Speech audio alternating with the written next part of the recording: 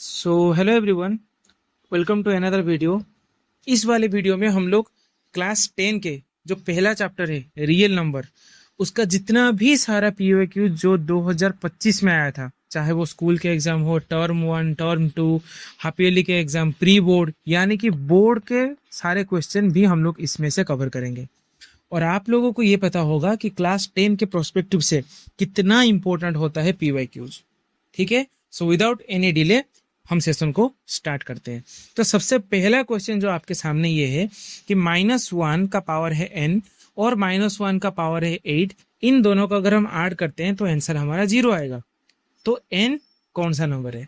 देखो ध्यान से कि अगर -1 का अगर हम कोई भी इवन पावर लेते हैं तो वो आंसर +1 आता है। कैसे सर? तुम खुद देख लो, जैसे कि -1 को अगर हम 2 बार मल्टीप्लाई करेंगे तो माइनस माइनस तो प्लस हो जाएगा, आंसर 1 आएगा। इसका मतलब ये है कि -1 का अगर कोई भी हम लोग पॉजिटिव पावर लेते हैं, जैसे कि कल को कोई ले लेगा -1 का पावर 6, यस आंसर 1 आ जाएगा। कल को कोई ले लेगा -1 का पावर 4, यस आंसर 1 आ जाएगा। ठीक है, तो ये जो -1 का पावर 8 है, तो सर इसका भी आंसर तो 1 आएगा जी। तो यहाँ पे लिखा है -1 का पावर n प्लस -1 का पावर 8, यानी कि 1 आता है, इनका आंसर 0 आएगा। तो मुझे ये बताओ कि ऐसा कौन सा नंबर मैं यहाँ पे लिखूं जिसको 1 से ऐड करने पे आंसर 0 आता है? तो तुम बोलोगे -1। क्यों? क्योंकि -1 प्लस 1 ही तो 0 आएगा ना। इसका मतलब -1 का पावर n है, इसका वैल्यू -1 आएगा। और हमें ये पता है कि -1 का जब हम कोई भी ऑड पावर लेते हैं तब हमारा आंसर -1 आता है। इसका मतलब इसका आंसर हो जाएगा एनी ऑड नंबर। जैसे कि एग्जांपल में एक और अगर लूं कि -1 का पावर यहाँ पे n लिखा है प्लस -1 का पावर यहाँ पे 6 लिखा है, क्वेश्चन पूछा जाएगा कि यहाँ पे आंसर 2 आया है, तो मुझे ये बताओ कि n का वैल्यू क्या होगा। ठीक उसी तरह करो, -1 का पावर 6 जो होगा वो +1 हो जाएगा, और आंसर पे हमें 2 निकालना है, तो +1 के साथ में क्या मल्टीप्लाई करूं तो मेरा 2 आएगा, आंसर तुम्हारा आएगा 1। और मैंने थोड़ी देर पहले कहा कि -1 का कौन सा पावर लेने पे आंसर 1 आता है? Sir even. इसका मतलब ये जो n है ये एक इविन नंबर हो जाएगा। क्लियर है ये वाला कॉन्सेप्ट? देखो यहाँ पे आंसर लिख दिया मैंने। ठीक है, ये जो सारे जो आंसर है, ये जो पीडीएफ है, ये मैं पूरा टेलीग्राम ग्रुप में प्रोवाइड करवा दूंगा। ठीक है, टेलीग्राम ग्रुप में प्रोवाइड करवा दूंगा। टेलीग्राम ग्रुप कहाँ पे मिलेगा? टेलीग्राम लिंक 2 जगह पे मिलेगा। एक मिलेगा आपको डिस्क्रिप्शन में, एक मिलेगा आपको कॉमेंट सेक्शन में। ठीक है, कोई भी नोट अभी मत करना, अभी ध्यान से वीडियो को समझो, क्या क्या मैंने कहा, प्रोसेस को देखो, बाद में टेलीग्राम से इसका नोट ले लेना। ठीक है, और ये जो सारा क्वेश्चन मैं करवा रहा हूँ ये सारा 2025 में आ चुका है। ठीक है, which of the following can not be the unit digit of 8 का पावर n? 8 का पावर n का कौन सा यूनिट डिजिट नहीं होगा? जैसे कि मैं एक और एग्जांपल देके यहाँ बताता हूँ कि 8 का पावर 1 करोगे तो 8 आ जाएगा, 8 का पावर 2 करोगे तो ये 64 आ जाएगा, 8 का पावर अगर 3 करोगे तो ये 5.2 आ जाएगा। देखो, पावर 1 लिया तो यूनिट डिजिट में 8 आया, पावर 2 लिए तो यूनिट डिजिट में 4 आया, पावर 3 लिए तो यूनिट डिजिट में 2 आया, पावर अगर तुम 4 लोगे तो 5, 1, 2 का जब तुम 8 मल्टीप्लाई करोगे तो जो भी नंबर आएगा उसका यूनिट डिजिट 6 आएगा। तो 4 भी आ सकता है, 2 भी आ सकता है, 6 भी आ सकता है, 0 नहीं आ सकता। क्या सर हम ऐसे सभी नंबर का निकालेंगे? नहीं, तुम्हें करना होगा 8 का प्राइम फैक्टराइजेशन, यानी कि 8 को जब तुम ऐसे करोगे तो ये 2 4 जाएगा, देन अगर फिर से तुम करोगे तो 2 जाएगा, देन अगर 2 करोगे तो 2 1 जाएगा। तो यहाँ पे तुम लिख सकते हो 8 = 2 × 2 × 2। और हमें ये पता है कि 0 के लिए हमें क्या चाहिए? 0 के लिए हमें 1 2 एंड 1 5 का पेयर चाहिए। कोई भी नंबर पे अगर 2 और 5 का पेयर ना हो तो 0 नहीं आ सकता, ये तुम्हें 100% याद रखना है। सर यहाँ पे तो 5 नहीं है, इसीलिए यूनिट डिजिट 0 नहीं आएगा। ठीक है, देखो आंसर वही लिखा है 8, सॉरी यहाँ पे 8 का पावर n होगा। ठीक है, ये जो लिखा है 8 का पावर n है। ठीक है, 8 का power n do not contain 5 in it, so it does not end with 0। Simple है। ओके, एलसीएम ऑफ 4 6 8, 4 6 8 का एलसीएम कैसे निकालोगे? प्राइम फैक्टराइजेशन करके। जब तुम 4 का करोगे तो ये आएगा 2 का पावर 2, जब तुम 6 का करोगे तो ये आएगा 2 का पावर 1 इंटू 3 का पावर 1, जब तुम 8 का करोगे तो ये आएगा 2 का पावर 3। तो इनका जब तुम एलसीएम निकालोगे तो ये आ जाएगा 2 का पावर 2 इंटू 2 का पावर 3 इंटू 3। तो इसका एलसीएम निकल के आएगा कितना? 24। इसका एलसीएम निकल के आएगा 24। ठीक है, ओके। तो ये जो 4 6 8 का एलसीएम है, इसका वैल्यू है y। इसका वैल्यू क्या है? y, यानी कि 24 ही y का वैल्यू है। ठीक उसी तरह 3 5 7 का एलसीएम क्या है? 3 5 7 का एलसीएम है p। तो 3 5 7 तीनों तो प्राइम नंबर है। इनका मतलब इनका जो एलसीएम निकल के आएगा ये हो जाएगा 3 इंटू 5 इंटू 7, यानी कि ये निकल के आएगा 105। क्लियर बात? और यही 105 जो कि p का वैल्यू है। ठीक है, ओके। सॉरी, ये जो 4 6 8 का एलसीएम है ये x का वैल्यू है। यहाँ पे लिखो x is the LCM of 4 6 8, यानी कि ये जो 24 लिखा है, सॉरी माय मिस्टेक, मैंने थोड़ा गलती कर दिया यहाँ पे पढ़ने में। यहाँ पे जो 24 आया ये किसका वैल्यू है? ये x का वैल्यू है।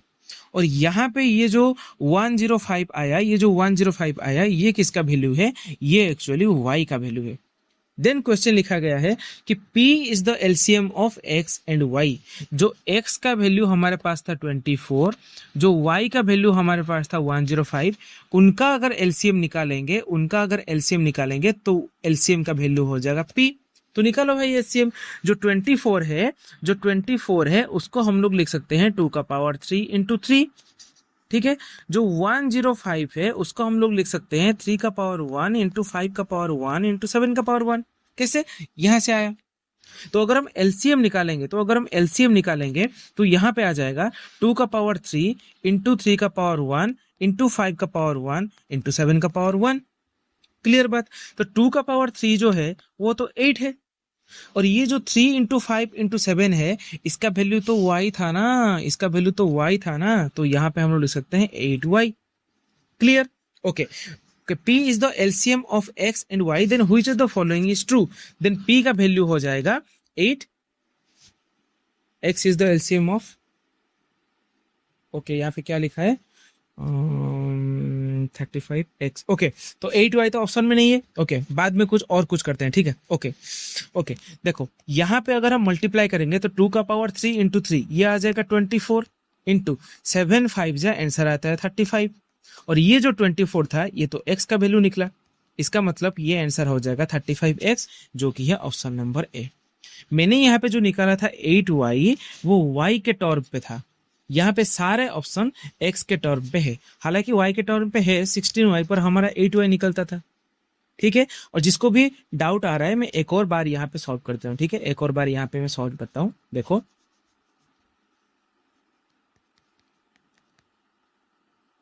ओके, देखो यहाँ पे, तो यहाँ पे अगर हम एलसीएम निकालेंगे तो एलसीएम आएगा 2 का पावर 3 इंटू 3 का पावर 1 इंटू 5 का पावर 1 इंटू 7 का पावर 1। तो 2 का पावर 3 इंटू 3 ये हो गया 24 इंटू 5 इंटू 7 आ गया कितना? 35। और ये जो s का वैल्यू था ये तो 24 का वैल्यू है, तो आंसर हमारे पास निकल के आएगा 35x। और ये जो एलसीएम था ये तो हमारे पास p था, तो सिंपल टर्म में आंसर निकल के आया v इक्वल टू 35x, जो कि ऑप्शन नंबर ए पे है। क्लियर बात? देखो यहाँ पे ये है पूरा उसका solution. Okay, HCF of 9828 equal to m, यानी कि 98 का हमें निकालना पड़ेगा पहले प्राइम फैक्टराइजेशन, 28 का हमें निकालना पड़ेगा प्राइम फैक्टराइजेशन, उसके बाद उसका एलसीएम निकालेंगे। 98 का करो 2 से जब तुम काटोगे तो ये आ जाएगा 49, देन 7 से काटोगे तो ये आ जाएगा 7, 7 से काटोगे तो 1 आ जाएगा, यानी कि 98 इक्वल टू 2 का पावर 1 इंटू 7 का पावर 2। ठीक उसी तरह 28 जो होगा 2 पे काटोगे तो आ जाएगा 14, देन अगेन 2 पे काटोगे तो 7, यानी कि 28 जो है वो आ जाएगा 2 का पावर 2 इंटू 7 का पावर 1। यानी कि इन दोनों का अगर हम एलसीएम कैलकुलेट करें तो वो आ जाएगा 2 का पावर 2 इंटू 7 का पावर 2।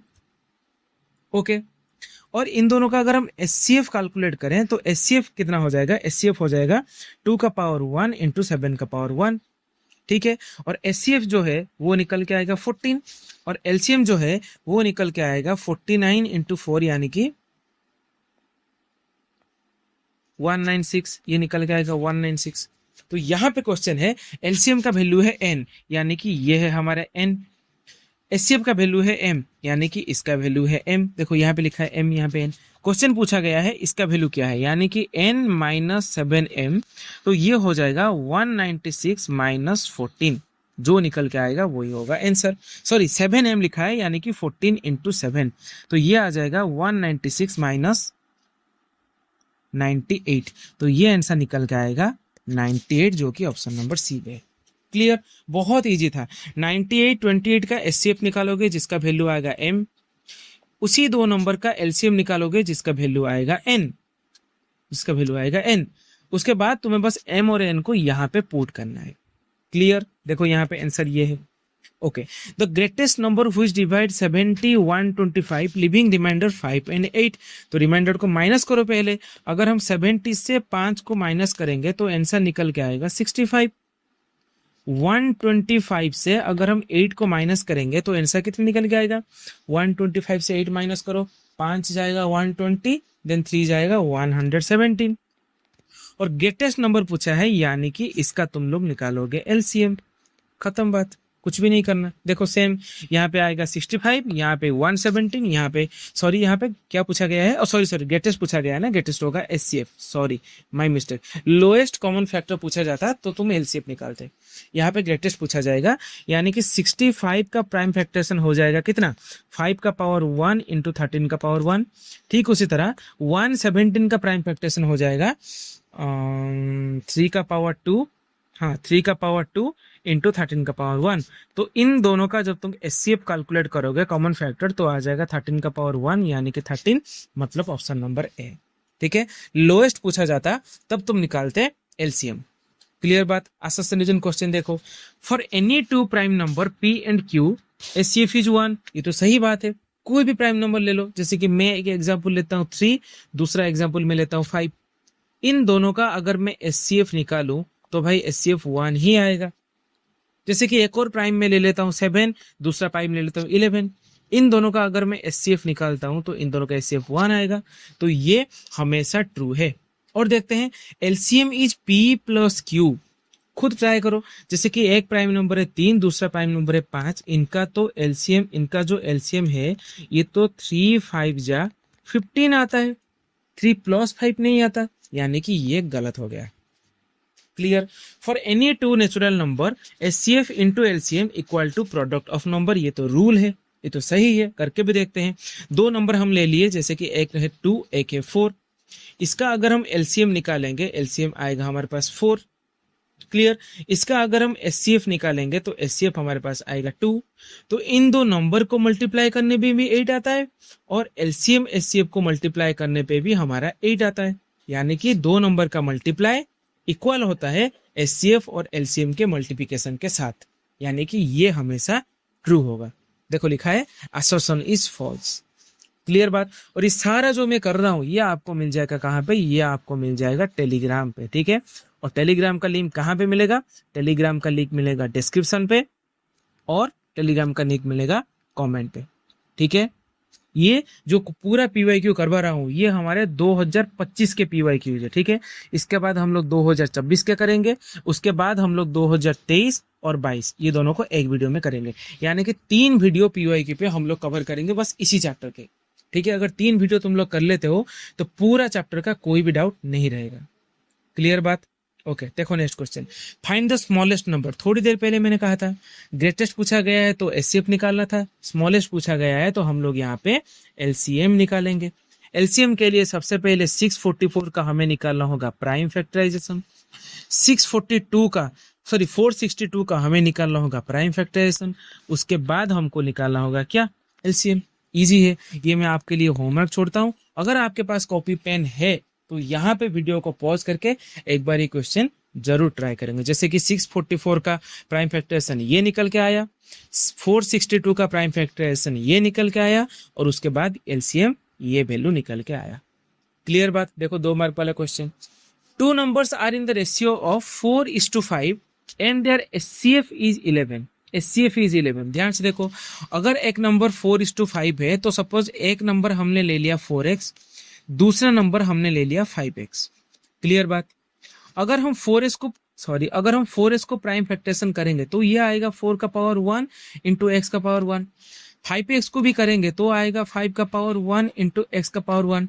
यानी कि अगर हम इन दोनों का एचसीएफ निकालेंगे तो एचसीएफ आएगा x का पावर 1 यानी कि x, और एचसीएफ क्वेश्चन पे गिवन है 11, यानी कि हमें पता चला कि x का वैल्यू है 11। तो 4x जो नंबर था वो नंबर हो जाएगा 4 इंटू 11 यानी कि 44, और 5x जो नंबर था वो हो जाएगा 5 इंटू 11 यानी कि 55। बट हमें तो नंबर नहीं पूछा गया, हमें पूछा गया उन दोनों नंबर का एलसीएम। उसके लिए हमें 44 का करना पड़ेगा प्राइम फैक्टराइजेशन, जो कि होता है 2 का पावर 2 इंटू 11। 55 का करेंगे 5 इंटू 11। तो अगर हम यहाँ पे एलसीएम निकालते हैं तो ये आ जाएगा 2 का पावर 2 इंटू 5 का पावर 1 इंटू 11 का पावर 1, जो कि आंसर निकल के आएगा कितना, 2 टू 4 5 20, तो आंसर निकल के आएगा 220। क्लियर, देखो 220 यहाँ पे मैंने सॉल्व नहीं किया, तो ये हो जाएगा 44 into 55 by 11 equal to LCM. तो 11 जा कितना हो जाएगा 5, तो यहाँ पे जो एलसीएम है ये निकल के आएगा 220। क्लियर बात। Moving to the next question, ये इंपॉर्टेंट क्वेश्चन है, ठीक है। जितने भी सारे बच्चे सोच रहे थे कि सर इजी इजी क्वेश्चन करवा रहे हो, एक बार ये क्वेश्चन को पॉज करके ट्राई करना, ठीक है। बहुत आसान तरीके से समझाऊंगा, बस ध्यान से 1 मिनट आराम से बैठो। देखो, 3 sets of physics, chemistry and mathematics books have to be stacked in such a way that all the books are stored subject wise and the height of each stack is the same। ये important point है, ये सबसे highlight वाला point है कि क्या, कि सारे जो स्टैक है उसका हाइट सेम रहेगा। उसका क्या होगा, उसका हाइट रहेगा सेम। जितने भी सारा स्टैक्स, मतलब जितने भी सारा स्टैक हम लोग बनाएंगे उसका हाइट सेम रहेगा, ठीक है। The number of physics book is 144, हम लोग यहाँ पे लिखते हैं फिजिक्स बुक का नंबर है 144। केमिस्ट्री बुक का नंबर है हमारे पास 180, और मैथमेटिक्स बुक का नंबर है हमारे पास 192। यहाँ पे इमेजिन करो, अगर जो स्टैक है उसका हाइट अगर सेम रहता है, तो हम ये बोल सकते हैं कि हर एक स्टैक में बराबर नंबर का बुक रहेगा। समझ पा रहे हो कि नहीं। जैसे कि मैं एक और एग्जांपल लेता हूँ, एक के पास है 10 बुक, एक के पास है 15 बुक। मैं बोलता हूँ हर एक स्टैक का हाइट सेम रहेगा, यानी कि अगर मैं 5-5 बुक का पेयर करूं, 1 2 3 4 5, मैंने एक थाक बना लिया, 1 2 3 4 5, मैंने 2 स्टैक बना लिया, 10 बुक रह गए। ठीक उसी तरह 1 2 3 4 5 एक स्टैक, 1 2 3 4 5 दूसरा स्टैक, 1 2 3 4 5 तीसरा स्टैक, यानी कि 15 बुक रह गए। यानी कि 5-5 बुक हर एक स्टैक में रहे, मतलब हर एक स्टैक का हाइट सेम रहेगा। जी सर, तो ये 5 आया किधर से, ये 5 आया इन दोनों का क्या, इन दोनों का एचसीएफ से। तो सर आप ये बताना चाह रहे हो कि यहाँ पे हमें निकालना होगा इन तीनों नंबर का एचसीएफ। कौन सा तीनों नंबर, जो 3 नंबर क्वेश्चन पे दिया गया है उनका बुक का नंबर। अगर हम इस बुक का नंबर का अगर हम निकालते हैं एचसीएफ, तो आराम से क्वेश्चन सॉल्व हो सकता है। तो निकालो भाई एचसीएफ। एचसीएफ निकालने के लिए देखो, मैंने यहाँ पे पूरा डायग्रामेटिकली समझा दिया है। डायग्रामेटिकली अगर तुम एचसीएफ निकालते हो, ध्यान से देखो, 144 जो है, 144 का अगर तुम प्राइम फैक्टर से निकालोगे तो 2 से काटोगे, 2 7 जा 2 जा, देन 2 से काटोगे तो ये आ जाएगा 36, देन 2 से काटोगे तो 18 आएगा, 2 से काटोगे तो 9 आएगा, 3 से काटोगे तो 3 आएगा। यानी कि 144 को लिख सकते हैं क्या, 2 का पावर 4 इंटू 3 का पावर 2। ठीक उसी तरह 180 को अगर हम करेंगे तो 2 से काटेंगे तो 90 आएगा, 2 से काटेंगे तो 45 आएगा, 3 से काटेंगे तो 9 आएगा भाई, 3 से काटेंगे 3 से काटेंगे तो 15 आएगा, 3 से काटेंगे तो 15 आएगा, 3 से काटेंगे तो 5 आएगा। यानी कि 180 जो है वो आ जाएगा 2 का पावर 2 इंटू 3 का power 2 into 5।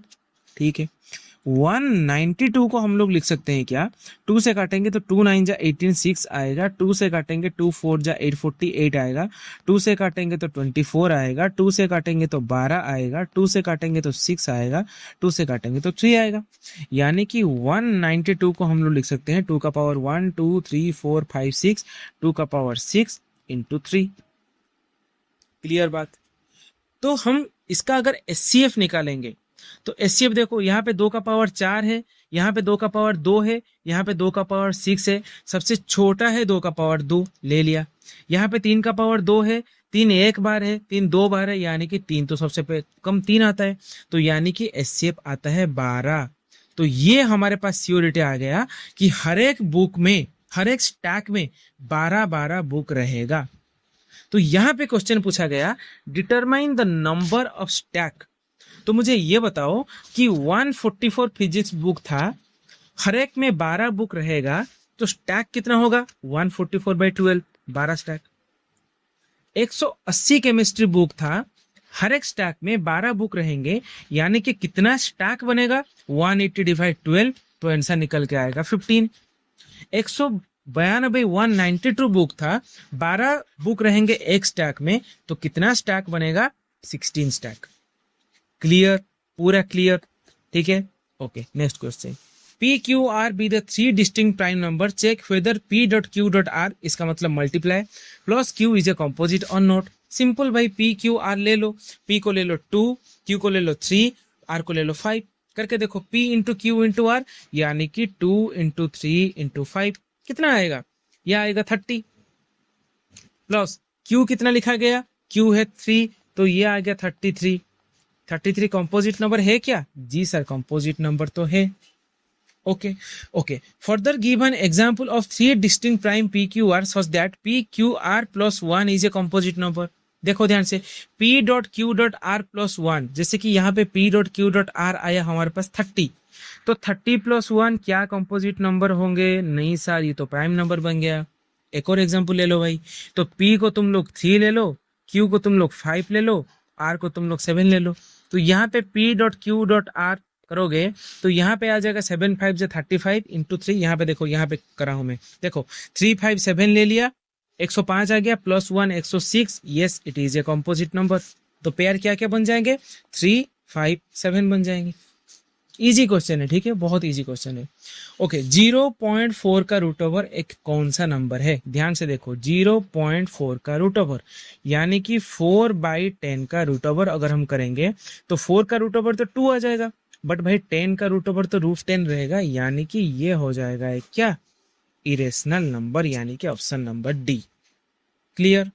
Okay, which of the following is a rational number. देखो √3 का जो वैल्यू है वो कितना के पास आएगा? देखो यहाँ पे लिखा होगा, √3 का जो वैल्यू है 1.73, √5 का वैल्यू है 2.23। तो मुझे ये बताओ 1.73 2.23 के बीच में कौन सा नंबर है? पाई का जो वैल्यू है वो है 3.14, ठीक है, बस एक ही नंबर यहाँ पे आता है जो कि है 1.85। ये हो जाएगा तुम्हारा answer, option number D. Clear? Okay, prove that. देखो यहाँ पे बहुत इजी क्वेश्चन है, 5√3 प्लस 2/3, ये एक इरेशनल प्रूव करना है। तो सबसे पहले हमें सोचना होगा कि ये एक रेशनल नंबर है, तो ये हम लोग ले लेते हैं equal to a/b, whereas a and b has common factor 1 and b not equal to 0। ये तुम्हें लिखना है, अगर ये नहीं लिखोगे ना तो ये आंसर ठीक नहीं आएगा। हमें एक ऐसा नंबर लेना है a और b जिसमें a और b के बीच में HCF 1 आता है और डिनोमिनेटर कभी भी 0 नहीं हो सकता है। सिंपल बात। ओके, इसको सॉल्व करो। अगर तुम 5√3 करते हो तो ये 2/3 उस साइड चला जाएगा, यानी कि a/b माइनस 2/3 हो जाएंगे। जी सर, ठीक बात बोल रहे हो। ओके, तो √3 का जो वैल्यू है, √3 का जो वैल्यू है वो 5 अगर उस साइड चला जाएगा तो डिवाइड हो जाएगा, यानी कि 1/5 होल इंटू a/b माइनस 2/3 आ जाएगा। जी सर, इसको सॉल्व करो तो ये जो एलसीएम निकल के आएगा ये आएगा 3b। ठीक है, 3b को जब तुम ऊपर मल्टीप्लाई करोगे तो ये आ जाएगा 3ab माइनस 3b से 3 कटेगा b, यानी कि यहाँ पे आएगा 2b और होल में आएगा क्या? 1/5। तो सर ये जो पूरा नंबर बना ये इक्वल टू बना क्या? इक्वल टू बनेगा √3। तो सर ये जो पूरा नंबर बना ये तो हमारे पास रेशनल नंबर है, पर सर √3 जो है ये तो इरेशनल नंबर है। जी, यहीं पे तो कॉन्ट्राडिक्ट कर गया, यानी कि ये जो नंबर पूरा था जिसको हमने a/b सोचा था ये a/b नहीं है। जी, ये a/b नहीं है, यानी कि यहां से प्रूव होता है कि जो 5√3 प्लस 2/3 था ये एक इरेशनल नंबर है। पक्की बात है। देखो मैंने यहाँ पे सॉल्व भी कर लिया। देखो 5√3, देखो यहाँ पे लिखा, देखो b not equal to 0, b not equal to 0, a and b are coprime integer, यानी कि जो इनका एचसीएफ निकलेगा वो 1 निकलेगा। सॉल्व करने के बाद देखो ये आया, कोई चीज है रेशनल, बट √3 रेशनल है, ठीक है, बट √3 हमारे पास इरेशनल है, सो ये अजम्पशन गलत हो गया। ठीक उसी तरह एक और एग्जांपल में लाया हूं, ये तुम्हारे लिए बनेगा क्या, ये तुम्हारे लिए बनेगा होमवर्क। देखो सेम क्वेश्चन, 4√2 प्लस 5/3, तुमको इमेजिन करना है ये a/b, जहां पे a एंड b का जो एचसीएफ निकल के आता है वो 1 आएगा, b नॉट इक्वल टू 0 आएगा, फिर 5/3 को इस साइड लाओगे, देन 4 को इस साइड लाओगे, देन √2 इक्वल टू समथिंग बनेगा। ये जो पूरा नंबर बनेगा ये रेशनल बनेगा, बट √2 जो है वो इरेशनल बनेगा। यहाँ पे हमारा अजम्पशन गलत हो जाएगा। ये पूरा तुम्हारे पास 3 मार्क का क्वेश्चन है और ये इसी साल 2025 में आ चुका है। क्लियर बात, ठीक है। इतना जो सारा क्वेश्चन था, इतना तुम्हारे 2025 का क्वेश्चन था। अगले वीडियो में हम लोग 2026 का सारा क्वेश्चन कर लेंगे, फिर अगले वीडियो में हम लोग 2023 और 2022 इसका कंप्लीट कर लेंगे, यानी कि हमारे पास पूरा 4 साल का PYQ कंप्लीटेड रहेगा। फिर जब एग्जाम आएगा तो हम क्या करेंगे, 2022 से लेके 2018 तक पूरे 4 साल के क्वेश्चन कर लेंगे, मतलब 8 साल का PYQ तुम्हारे पास आ जाएगा। इसमें से बहुत हेल्पफुल होगा तुमको, क्योंकि PYQ से डायरेक्ट क्वेश्चन रिपीट होता है। ठीक है, थैंक यू, अच्छे से पढ़ाई करते रहो। ये सारा जो मैंने समझाया इसको नोट्स आपको मिल जाएंगे इस टेलीग्राम अकाउंट पे, जिसका नाम है शुभ्र एकेडमी। ठीक है, तब तक के लिए thank you, all the best, पढ़ाई करते रहो।